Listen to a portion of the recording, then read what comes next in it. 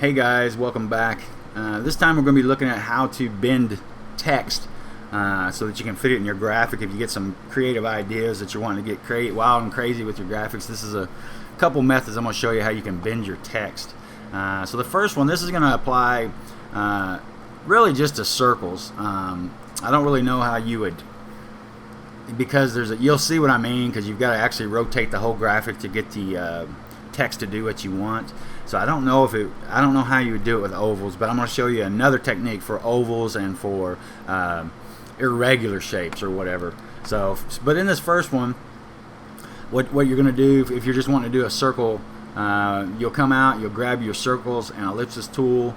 Then when you come out here, you'll hold down on Control and then click and drag, and you'll see how you got, it'll either do an oval or it'll do a perfect circle, but you don't have, it just has stops, and it just works in specific ratios. But this allows you to pull out a perfect circle like that when you hold down the Control button. So once you get it to where you want it, go ahead and let that go.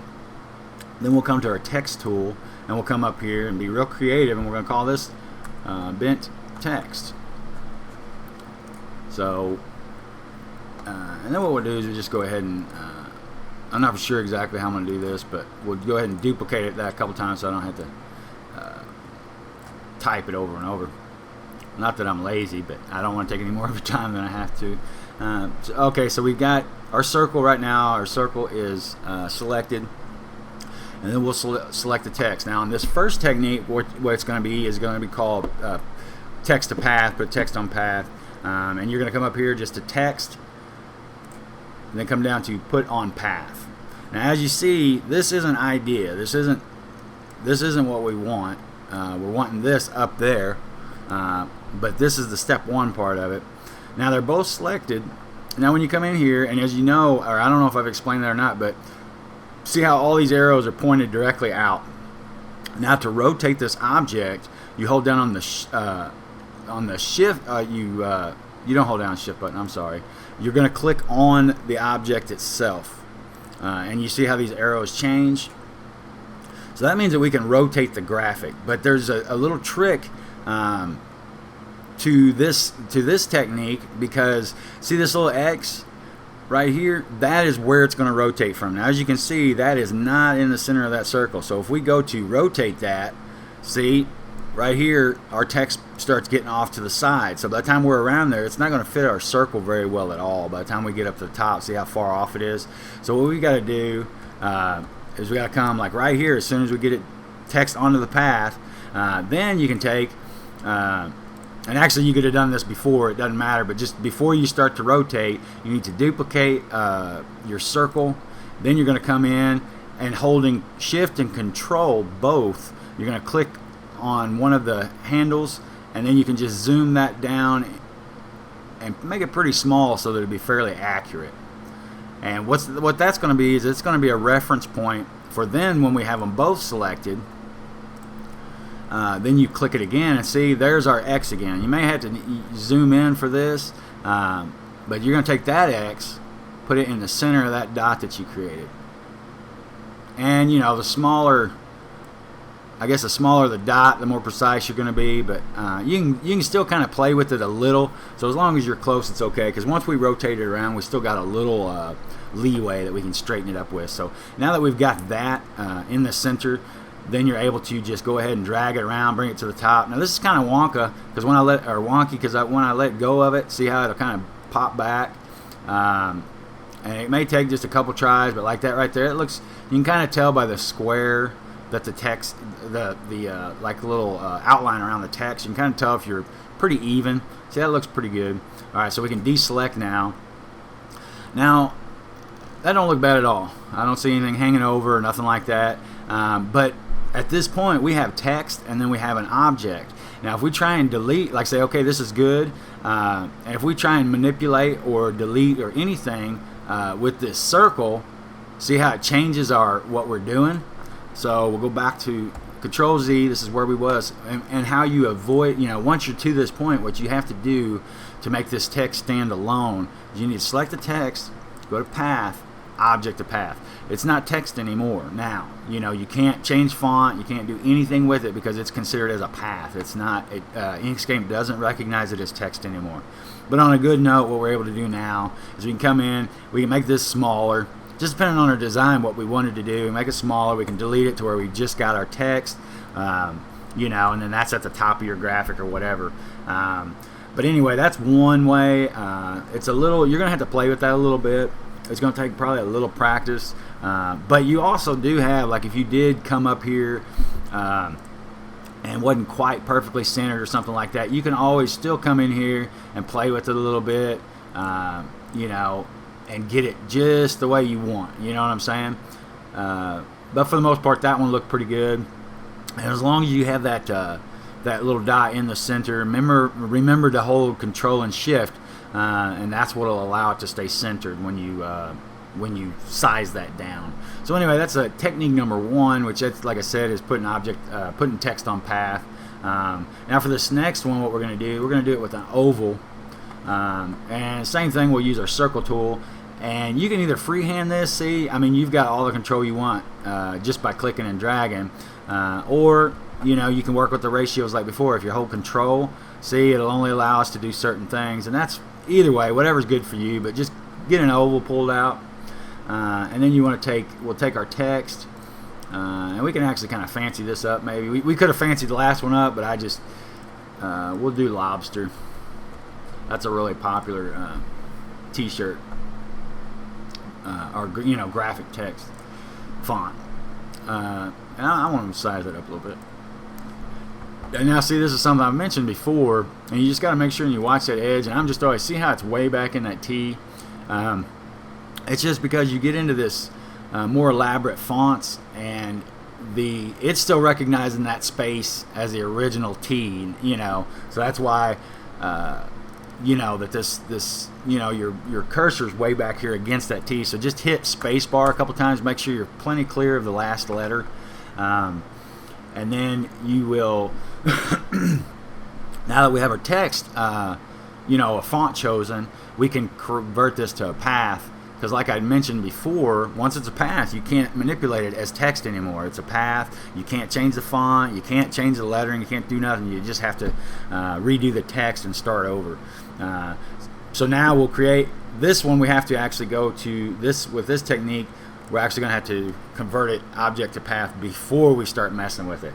So as you can see, I just have this selected, come up here, path, object to path. So now our bent text is an object. Now the next thing that you're going to want to do is you're going to come up to, I believe it's object. Let's see. No, maybe path. Okay, path.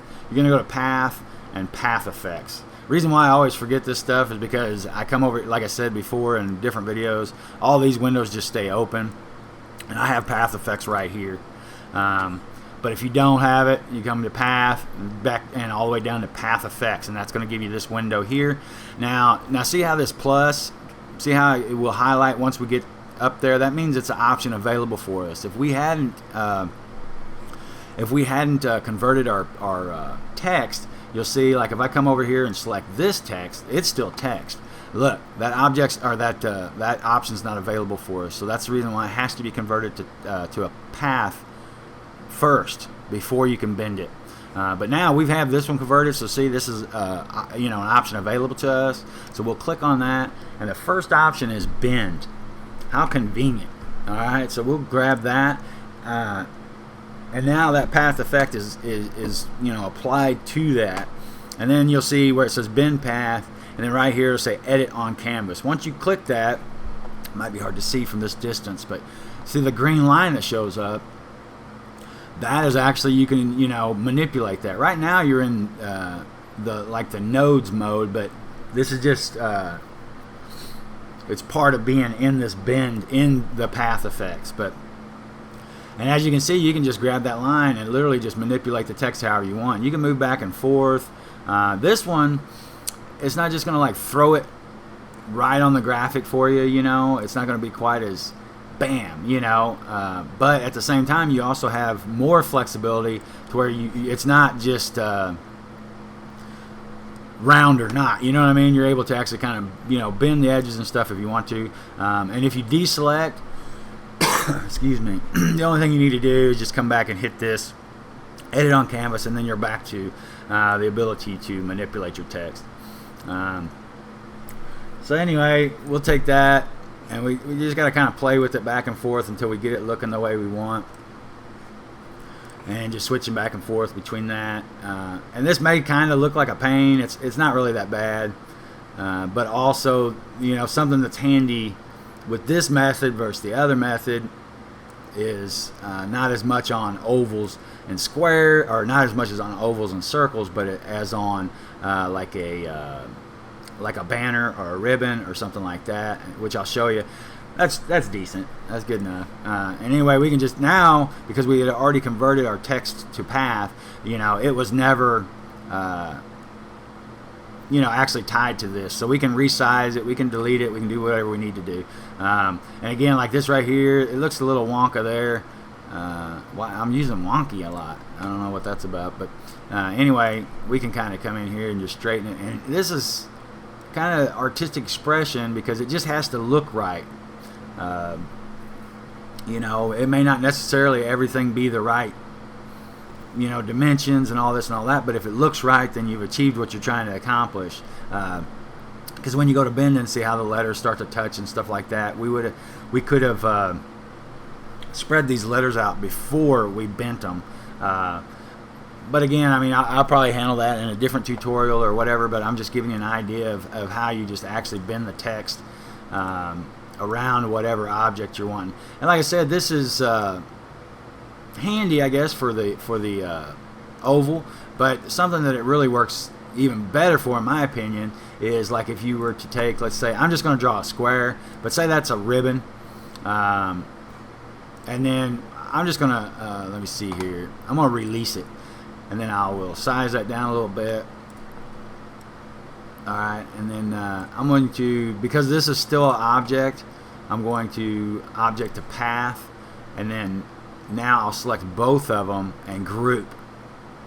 So now they're grouped together, so like when we change something with one, we change something with both of them. Now that we've got that selected, we could go back, choose the same thing, bend, add, and then we're going to edit on canvas. And then now it will actually bend our text along with the object that we've chosen. Like I said, you know, that would look good with a ribbon, or I mean, tons of stuff, you know. But the thing is, you've got a lot more flexibility where for some weird reason, if we wanted to just pull that edge down and then this edge up and kind of do something like that, then you have that ability with the bend text feature, or with the bend feature in the path effects. So anyway, I think I'm just going to leave it there for now, guys. This is going to give you some stuff to play with, and again, I mean, there's no set rules. You just want the end graphic to look good. You want it to be able to print good. You want it to be a high enough resolution for your graphics to print. But other than that, I mean, you have a lot of creative, artistic license, I guess you would say, flexibility to kind of do what you want with all these great tools that are in Inkscape. So in this case, like I said, it just, you know, as you're learning this stuff, just kind of play with it and practice and enjoy the process. That's the main thing, because if you don't enjoy what you're doing, if you don't have fun with it and stuff, you're not going to continue to grow and learn more about it. So make sure you're enjoying what you're doing, and if my tutorials aren't hitting the nail on the head for you, look into some other new, there's tons of good Inkscape tutorials, not necessarily specifically for t-shirts, but it doesn't matter. You can apply the same stuff to everything. I mean, I didn't learn this by watching t-shirts tutorials. It was actually, I watched a lot of like logo creation tutorials and stuff like that. So make sure to shop around and look at all the different options available, and just get to learn the tool. It's a little frustrating maybe at the beginning, but once you start you know, getting that ability to create things the way you want them to look, it gets pretty exciting and quite a bit of fun. So just keep that in mind, guys. Don't give up, and just keep working with it. But guys, I hope that helped. If you enjoy watching the tutorials and what I'm doing here, be sure to like and subscribe. It's really important to me, guys. And if you have any suggestions for tutorials, like some ideas on something you're trying to accomplish and don't quite know how, just go ahead and ask in the comments below, and I'll see if I can figure it out for you. But other than that, guys, just enjoy the rest of your day, and I wish you the best of luck on your t-shirt sales. I'll talk to you soon, guys.